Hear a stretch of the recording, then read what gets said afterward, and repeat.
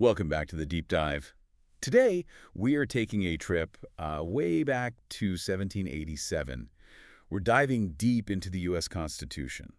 And Hmm. specifically, we're heading straight into the engine room, you could say, of American government, Article 1. Yeah, Article 1 is, well, it's the big one. Okay, let's unpack this. Mhm. Article 1 is massive. Seriously, it's the longest, most detailed section in the whole Constitution. It sets up Congress, the legislative branch, the folks who make the federal rules. Hmm. You'd almost think the founders would spend pages on the president, right? Yeah.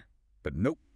Most of the ink went right here. And that focus, well, what's fascinating here is that it really shows what they were most worried about. They'd just fought a whole war to get away from a king, one powerful ruler. So they spent tons of time defining the lawmaking power. They knew it was needed, absolutely, but they were also kind of terrified it could get out of control. Right. And the mission is clear from the get-go. That very first sentence of Article 1, the vesting clause, it says all federal lawmaking power is vested in a Congress of the United States. Full stop. Hmm. That's such a critical starting point. The vesting clause doesn't just name Congress. It basically says, hey, President, hey, Supreme Court, making federal laws. Not your job. Congress is the only place federal laws get made, and right away, the founders split that power in two. A check on itself before anyone else even steps in. So why two? Why not just like one big committee room? This idea is called bicameralism, the two-house legislature.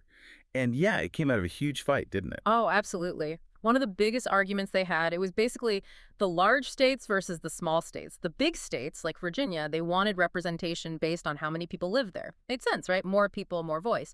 But the small states, like Delaware, they were worried. They thought they'd just get drowned out, totally ignored by the big guys. They wanted everyone to have an equal say. And the solution to that whole mess was the Great Compromise. Yeah. So we ended up with two different teams in Congress, each playing by slightly different rules. Let's start with the one designed to be closest to the people, the House of Representatives. Maybe we call them the quick team. The quick team. I like that.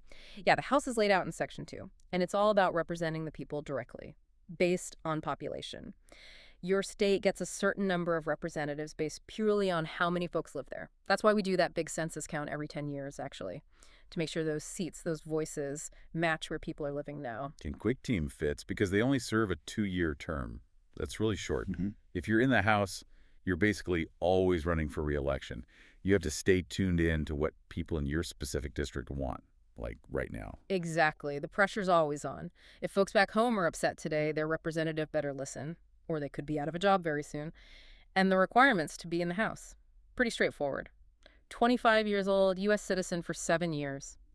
But the interesting part is their exclusive responsibilities, the jobs only the House can do. They hold the purse strings, right? Funny stuff.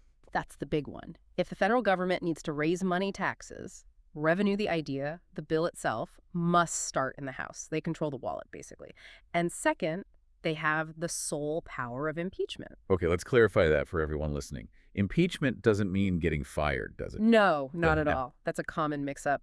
Think of impeachment like a formal accusation. It's the House saying, we believe this official, maybe the president, maybe a judge, has done something wrong and needs to stand trial. So the House makes the charge. And of course, they pick their own leader, the Speaker of the House, who's a really powerful figure. Okay, so that's the House. Now let's switch over to the other side of Congress, the Senate. Definitely the slow and steady team. Slow and steady, yes. Yeah. Section 3 lays out the Senate, and this is where the small states got their win. It represents equality among the states. Every single state gets 2 senators, period.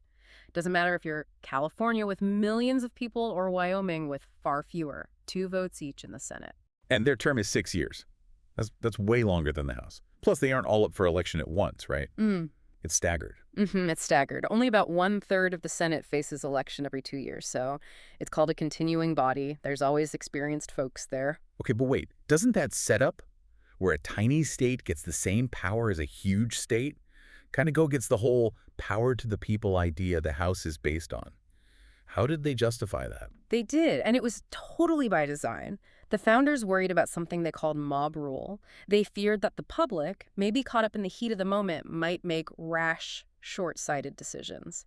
The Senate, with its longer terms and equal state representation, was meant to be more deliberate, a place to cool things down, think things through, slow down the faster-moving House. And originally, it was even more removed from direct public opinion. Senators used to be chosen by the state legislatures, not the voters directly. That changed with the 17th Amendment maybe 100 years ago or so. Now people vote directly for their senators.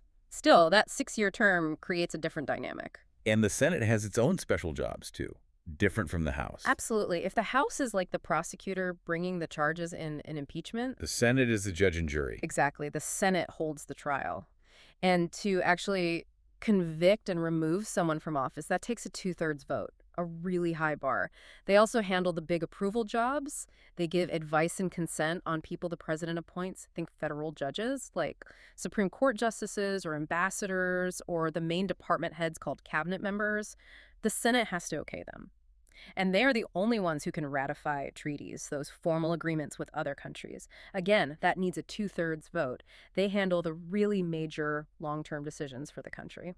So you've got these two houses set up almost to disagree, one fast, one slow, one by population, one by state equality. How do they actually manage to agree and, make a law? That gets us into the actual process, right? Right. The basic steps are in Section 7. A proposed law, called a bill, has to pass in both the House and the Senate. They have to agree on the exact same wording. Then it goes to the president. But even then, the checks and balances keep going. Because the president can say no. That's the veto. Yeah. The president basically rejects the bill, sends it back. But Congress gets the last word. Potentially. Potentially, yes. Right. That veto isn't the absolute end. Congress can override it. If 2/3 of the House and 2/3 of the Senate vote for the bill again, it becomes law anyway, without the president's signature. Wow. It's a huge power for Congress, but getting that 2/3 agreement in both houses, it's really, really hard. It shows that if Congress really wants something overwhelmingly, it can overcome a president's objection. We should also probably mention the pocket veto really quick. It sounds kind of sneaky. It is a bit sneaky. So normally, if the president just sits on a bill for 10 days without signing it, it automatically becomes law. Unless Congress adjourns, like goes home for a break or ends its session during that 10-day window. If Congress isn't there and the president does nothing, the bill just dies. Poof. That's the pocket veto. No signature, no formal veto message. It just vanishes. Okay, and before we get to all the things Congress can do, there's a cool detail in Section 6 that protects the lawmakers themselves. The speech or debate clause. Yeah. Why do they need special protection just for talking? Yeah, that's super important. It basically gives members of Congress immunity, like a protected bubble for things they say or do as part of their official legislative job. Debating, voting, committee work. Why? To make sure they can speak freely and debate tough issues without fearing you'll get sued or arrested by, say, the president or some powerful group that doesn't like what they're saying. It protects their independence. Okay, independence protected. Rules of the game set. Now, what can Congress actually do? This brings us to Section 8, the longest section, that huge list of enumerated powers, their official job description. Exactly. Section 8 lists 18 specific things the founders agreed the federal government absolutely had to be able to do to run the country. These are the official tools in Congress's toolbox. Let's hit the highlights, simplified. First up, money. Congress can lay and collect taxes, it can borrow money, and it can coin money. That means they're the only ones allowed to print U.S. dollars. Nobody else. Then you have the war powers, maybe the most serious ones. Congress, not the president, is the one that has the power to officially declare war. They're also in charge of raising, funding, and supporting the Army and the Navy. It's a massive check. The idea was that the whole country, through its representatives, has to agree before going into a major war. And then there's the one power that seems to touch almost everything today, the Commerce Clause. Oh, the Commerce Clause. Huge. It lets Congress basically trade in business between the states, with other countries, and with Native American tribes. Now, back then, commerce meant, goods on wagons and ships. Right. But over time, that power has been interpreted to let Congress make rules about anything that crosses state lines. Transportation, like highways and airlines, radio, TV, the internet, even environmental rules. It's incredibly broad now. And that brings us to the very last clause in Section 8, the one that really gives Congress flexibility, the necessary and proper clause. People call it the elastic clause, right? Why elastic? Because it lets Congress stretch its powers. After listing those 17 specific jobs, the founders added this clause.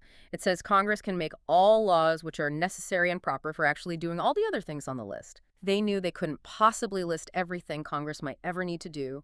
The world changes. So this clause gives Congress the room to adapt. Okay, so give me an example, like The Constitution says Congress can raise an army.